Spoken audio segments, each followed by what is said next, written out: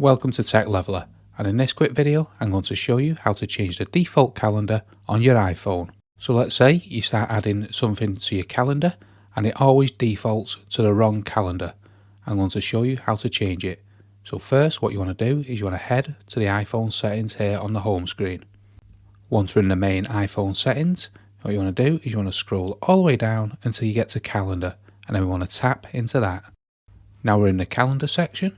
You'll see all the way at the bottom here, default calendar, and it's currently set to work. So let's tap into this.